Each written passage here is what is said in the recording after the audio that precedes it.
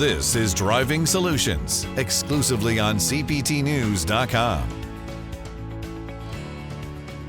For most dealerships, chat volume is higher than pre-COVID levels, indicating a growing consumer preference for digital communication and online car shopping.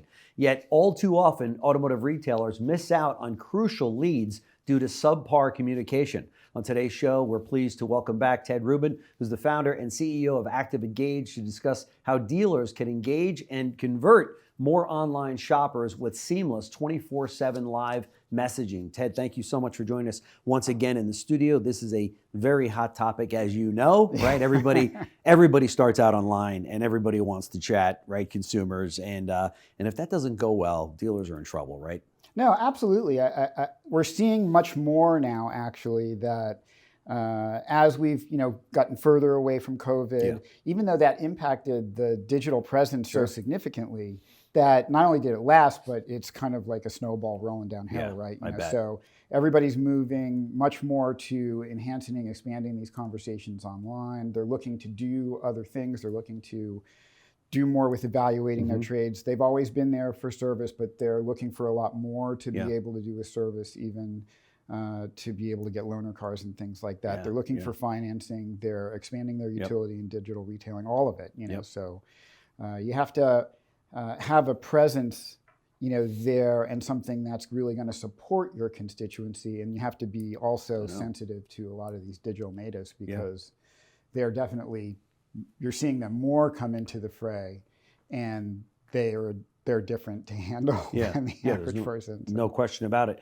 And to your point, it is the new norm, right? I mean, for consumers, this is what we want. And it's just, everybody tried having groceries delivered to their homes, and now they're totally addicted to that. They're like, why would I ever go to a grocery store? No, that's right? It. Absolutely. Myself and my wife included. And we have the groceries delivered, and you do it all online, and we both work, and it makes it very, very nice. So there's no difference in the auto industry. From your perspective, what are some of the automotive retail trends that you see out there, and the insights that dealers should be aware of as we go into 2024? Well, I mean, I think you're seeing, that inventory is coming back, significantly, and so. That's also impacting the market for, shifting from more of a seller's market, a few years ago. Yeah. And it's been slow to see that, but you're definitely starting to see that even, toward the end of 23, much more to a buyer's market. Right. And these buyers are, always starting online. It's not, it used to be what percentage of them start online. Now it's all of them. Now it's all of them. Right. That's exactly right. And they look for communication there, and they need the digital communication there, and they're looking to accomplish a lot more online. So the way that you handle that and the way that you impact those customers is obviously very significant, because it's like a walking, talking billboard almost, because if you're not accommodating them, if you're not giving them the interest, then they're just going to go to somebody that they can. They may do some research with you, so you may still get impact on your website. Yeah. But they probably won't engage, beyond the digital impact. Right. It's just like when you're shopping, when you shop and you go on and you order a few times and they're like, oh, we don't have this and we don't have this and we don't have this, and it just doesn't show up. Right. Then you stop doing it that way. That's right. So the people who do it really well, those are the people that everybody starts to migrate to, and it's regional, and there are pockets who do it really well, and there are other guys who are still learning. So. And it's also word of mouth. I mean, people will, because we leave reviews for everything now, and also just plain old-fashioned word of mouth, where somebody says, "Oh, you want to buy a car? We've got the dealer group for you. You can do everything almost in chat nowadays, right?" Yeah, incredible. Absolutely. I think that the word of mouth, is really, it's interesting that you pointed out, because it is super impactful, because it means more because you can check it out without having to go. Yeah. Right. So it used to be, go to this dealership, they'll do a really good job, and you'd have to check out there, or even if you tried to phone call, they're like, come on down and we'll try to work it out this way. Now you can just sit in your home. That's right. And go, well, let me see if that guy who recommended this store, is he right? And they'll go on and they'll work out and try to figure out what they're doing. If they can do it, then they're super happy, and you're gonna win a customer that you may not even have seen yet. That's right. But if you do it badly, then it's going to have exactly the opposite. Right. You're going to lose a customer that maybe you didn't even know about. You know what I mean? That's exactly right. So we don't know as dealers what we're even losing in some cases, right? Yeah, I think that's totally true. Absolutely. Yeah. Incredible. So can you drill down a little further on the current e-commerce trends and some of the changing consumer preferences out there? Yeah, I think that we're getting back, to conversations where at pre-COVID levels of communication, and they're definitely looking for more digital communication. They're using it, as we were just talking about, they're using it more pervasively, right? So they're using it more, not just to search inventory or to see if you have a car, or get some research on the car, but they're using it to be able to evaluate trades. They're using it for general, more expansive communication. So you have to be prepared to be able to have those conversations, and it has to be a more present conversation as well about what you have or don't have that's available on the lot. They're getting into financing details. They're obviously using digital retailing, which is expanding at a great rate right now. It's funny because just before COVID, it was like, really, you guys should be using it. Now you got to have it. I know. It's so important. And I think, again, that if you need that advocate, you need that person that's there to be able to be assisting along the way, because otherwise they just disengage, right? They get to a point where we're still at a point because it's just an off-the-shelf product. Yeah. And so there is some understanding of, well, why is this car different than this car? These look like they're exactly the same model and trim level, but this one's $3,000 more, $4,000 more. And what is that? And even though it's there, it doesn't translate often to the customer. So you need someone to just kind of be the advocate for the customer who's going to help them through that process. And that does take, you need to interact in a very human way. If you're not bringing that, that's what everybody's trying to do, across the internet is you want to digitize as much as you can, but you want to bring all these services to consumers in a very human way. If it's ultra cold, then they're going to interact with you that way, and that's not what we want. That's a good point. Very good point. That's right. That's right. And they're kind of depending on now retailers being able to provide that type of service, right? If you're dealing with consumers today and you're not providing this kind of service, maybe you shouldn't be a retailer. It's almost to that point, right? Yeah, I think that's true. You have to. You have to have some insight, and you have to have some consciousness about the way that the market is evolving and the way the consumer is evolving, right? Yeah. So if you're just watching sales, or if you're just watching the digitality of whatever it is that you have online, that's one thing. But consumers are definitely, they're migrating more to the web and trying to do more on the web. That doesn't mean that they want a unilaterally, solo experience where they're not interacting with someone. It means that they want to be able to control the interaction, but they still want the interaction with another person or with someone, who can assist them through the different processes. And while there's value in, the written word, and obviously we're using AI for different things, but while there's value in having some things just presented to the customer, and that's great, and you can use AI for that, as you're moving through the sales process, then there's been, plenty of studies that show that it's not a selling tool. It's not something to interact with the customer to go, I'm AI, let me cajole you into like moving in this direction. It doesn't work that way. It's more for research, and it's more for description, being explicit, getting information and stuff like that. But customers want someone who's going to go, that's a great question, or this is a good move, or I love that car, or I love this color, I think that was a good idea. Right. All those kind of things, and it's very personal, to the customer. Oh, sure, no question about it. How should dealerships position themselves relative to these trends to better manage these conversations? Well, I think that you have to have the presence that's there, right? So you need to have a 24/7 presence, because customers are shopping all the time. Right. And, it used to be like, I remember some of our big customers, they would say, well, let's see the graph and, who's there when. And it had, huge volume during the day, and then at night, especially in the wee hours, you'd see it would drop and it would go to almost nothing or to nothing. Sure.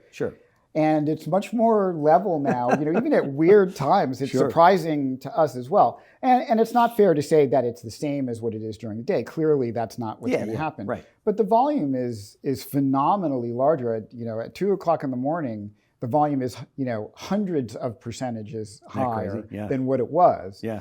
And I think, everybody's busy and everybody's trying to figure out what's going on with their own personal interest and the way that the economy is. And so people work and they're working hard. And so they get to it when they can get to it. That's right. And so if you can't get to it till 10 o'clock at night, or if you can't get to it until 6 o'clock in the morning or 5 o'clock in the morning before you go to work, then that's when you're going to get to it. Yeah. And so you have to have somebody there that can interact with them. And sometimes we get tested, like, are you a live person or are you, just AI or something artificial? And what's interesting is when they realize that it is a live person, how much you get from people at that point. I could imagine. No question about it. I'm that way. And it should also be said for those people that are on the East Coast, maybe on a business trip, but they live in California, but they're doing their shopping at 8 or 9 o'clock. Obviously, it's 12 midnight, right? Sure. Or, if you're on the West Coast, I should say, and you're reaching out to the East Coast, it's just one of those things where you never know where tomorrow's customer is coming from or why they're coming onto your site at that point in time. You know what I mean? Yeah, they're still in your DMA. Yeah. But not today. That's right. That's right. They're traveling. Yeah. And so, I think that that's a great point. That look, the 24/7 is I think it's primarily to accommodate the fact that people are getting online at all times. Yeah. But there are, there's a lot of traveling. I mean, I was at the airport to get here, and it was pandemonium, getting through security and everything, because it's just so much volume. So obviously people are traveling. There's there's a lot more business travel. It's all coming back. You're seeing it. I think it's actually more expansive, and that does transcend. So you have to the point to the question that you asked, which is, what do you have to do to prepare? Yeah. You need to have someone who's going to be able to give some human interaction. You don't have to have it just to give some descriptions, but if you want to try to further the sales process, then you do have to have some sort of humanity that's engaged there. And then you have to have some kind of, 24/7 service, that's going to be there. There has to be, integrations with other services or banks or with other tools that you may use. Whether it's digital retailing or other products, trade evaluations and other things like that you can have. And then it's also good to be able to make sure that you can have people on staff, if they're having these conversations, or if you're trying to do this in another way, then make sure that you are trying to take advantage of upselling merchandise and things. So, because you can do it in service and you can do it in sales. I'm always impressed whenever you come in and you share with me. I mean, you're working with Penske, you're working with AutoNation, JD Power, GM on a couple of different levels. You integrate with CDK. Basically, I think like 14,000 dealerships you're indirectly touching, or directly. Or directly. Yeah, we touch them all directly in one way or another. Sure. Some have more services than others that we supply. That's very impressive, and I know for dealers that are watching, there's some security in that. I mean, if you're working with these big other houses out there, I say houses, but retailers such as AutoNation and Penske, chances are you're probably going to do a pretty good job for my my 20 stores or 10 dealerships, right? Yeah, I mean, we have to listen. All these big guys, Cox as well. They have standards that. It's very black and white for them. You're either having success or you're not, and they manage everything statistically. It's not about. There's no emotion in the process really, which is okay for us. We have to. We have to meet these standards. We have to handle things a certain way. We have to be able to, kind of jostle and adjust to their new requirements or changes or language changes or conversion things and such like that. We also have to meet their security standards. I would imagine that's the strongest in the business. Yeah, it's very prominent, in their contracts and in the way that we, address everything that we are able to meet their security needs. And our uptime, capabilities as well. So we have to have a very stable platform. We have to have something that they can interact with, that their customers can interact with, that we can keep up all the time, and that ultimately we're capable of making sure that it's secure, it's private, it lives up to all the national standards, state standards, and all the rules that exist today that so many dealers have been concerned about for the past few years. We're kind of at the front end of all of that, and so we have to do that in a very significant way. And I think that's a key point. Is if I'm a dealer and I'm concerned about how we're going to communicate with the consumers out there, and they're going to communicate with us, I'm turning, it's like me turning my firstborn son over to, as a baby, okay, are you going to be able to take care of this baby of mine, right? And so that I think that's worth noting, that you're working with all the big guys out there, and that they've kind of paved the way for me to feel better as an independent dealer, right? Yeah, no, I think it, I appreciate that. I'm glad that you brought it up. I think it's really significant for them. Like you can't get by without it, for those guys. And for individual dealerships, we're well beyond, what your needs probably be, but at least you have the expectation that you're getting the same. That's right. Right. And I think it even translates all the way down, you're getting consistency in the communication aspect as well, so a lot of the difficulties when you have AI that's customer facing, not agent facing like ours, then there are things that you don't exactly know what's going to transpire and you don't exactly know what it's going to say. That's right. And we can't allow that to happen. So it's not that we don't want to use AI, we do. We just don't let it talk to the customer because you're not always sure what's exactly going to happen there, and that could be potentially very dangerous. Yeah, for sure. So you guys are always up to something. What are the latest active engagement developments out there? I mean, you got innovations and strategic initiatives. Talk to us about that. Well, we have this flip to text piece that we'll be showing at NADA. Okay. We've had it out for a while. We were piloting it, and now it's ready for full release. It's a great product. This product essentially is there to alleviate the stress on inbound phone calls. Okay. So now when you call into a dealership, the customer will have the option to stay live, but they can convert the call from an audio call into a text call. Oh, nice. And then there's documentation of who called. It goes right into, so now you have every call going into the CRM at least that chooses this option. Wow, that's great. And it can be supported. So this customer is calling and this is what's transpiring. This was not just, I see the phone number that called, but here's the communication that transpired. It was about service, it was about sales, it was about a problem, it was about an issue where they're having a problem with their current car, so they're looking to buy another car, and that's two different paths in the dealership that you want to follow through with, Of course. Maybe three if you count the trade. Yeah, that's true too. So I think that it's going to be a super valuable thing, and we're seeing that with the people who have been beta testing it. That it's an incredibly valuable thing. It can take all the stress off of your operators that are in the store, both the main operators, the sales operator if you have one, the service operators, and it allows a lot more throughput for the consumers. And as we talked about before, these digital natives, they'll migrate to that like that. Oh yeah, for sure. So they love it. Yep. And we're having all these conversations, and everything is flowing now, all into the CRM as long as it can be tagged, by the CRM for whatever it is. So I think that's, like a super big thing that we have. We have a new app that's coming out. We have a few new things. So there's the text piece. We also have this app that's coming out. We've had an app because we're primarily managed services, and we have been primarily managed services. The app was kind of a little bit more superficial historically.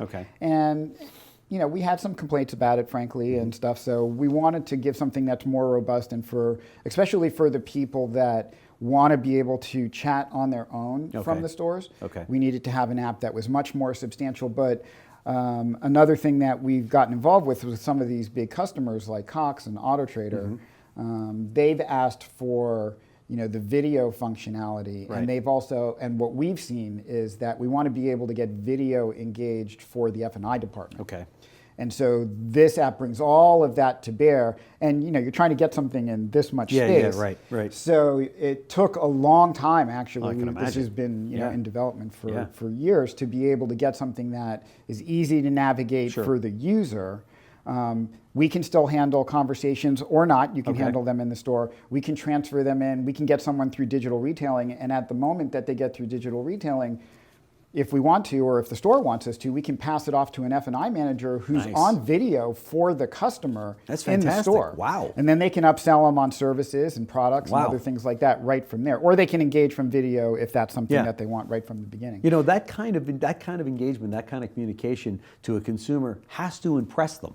That beyond the price or beyond the car itself or the fancy showroom, just to be able to communicate like that in real time with the dealership it just puts you head and shoulders above your competition. It would seem to me, right? Well, I think that it does, and I think that it does. I think it will for a limited period of time, but I think it's going to become an expectation. It'll be the norm, right? So no question about it. We're just trying to be ahead of the curve on it a little bit, you know. And I think that we're bringing it, and people are going to see it. Yeah. And you're even seeing ads about this video in action. Sure. And now I think that there's going to come a time within the next 18 months where you got to have it. You know, I mean, it's just going to be something that is expected by the customer. Isn't that funny? And then of course you guys will be working on something newer. To maybe a hologram where the consumer they just show up. That's right. We'll just teleport into your store. You guys have got such an incredible name out there in retail automotive. I was surprised to hear that this is going to be the first time you're at NADA actually exhibiting.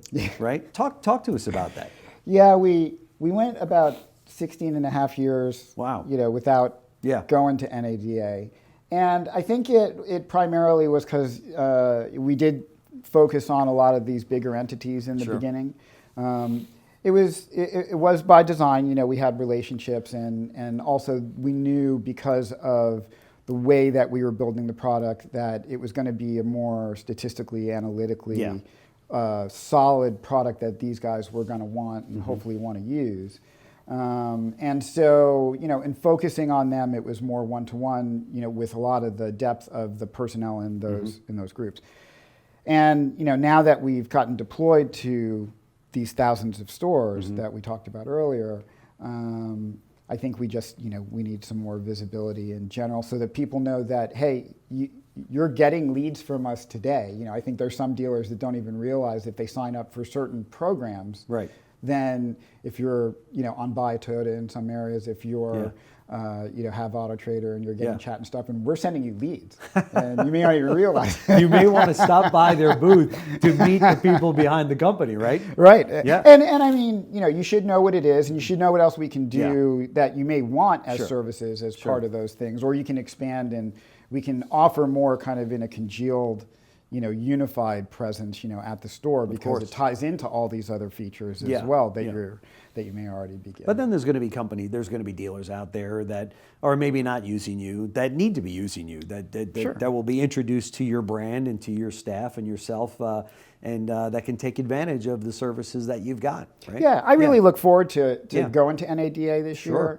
It's going to be exciting. It should be a very good one. I think it's the most. The closest thing, that we're going to see to like continuing on from where NADA was before COVID, right? That's right. And so it feels like it's going to be a big NADA. I think it's going to be, people are coming off of 3 great years in a row. Hopefully, from all the indications, from all the people that I speak with here at CBT News, or I should say from CBT News with Cox Automotive economists and Bloomberg and the others out there, they say 2024 is going to be more of the same. We're going to be rolling in, and the car sales will be there, and things are going to be going real well for us in the industry. I agree. I'm hearing the same things, and it looks like we're going to have a little bit of a bump, on volume. I think they're estimating somewhere around 15.7, 15.8. That's right. So that's good. We'll see a little bit of a bump there, but I think it gets back more to like now we're going to do business the way that we're used to doing business, and that's what we're good at. It's great to be able to just take orders and, with limited vehicles, That's but right. I mean, this is how most of the dealers grew up in the business, and so they know what to do. That's right. And so now they're back on track, and also I think you get to see things kind of progress and move forward now. So you're going to see advances, and you're going to see dealers migrate to a lot of the services that we're talking about. Yeah, I was going to say that some of these things that dealers felt as though I better get on this thing, after COVID, to make sure that on our online presence and that communication goes well. That's going to flow now way past COVID. Right. And to your point, it's the new norm. It's the new norm. It really is, no question about it.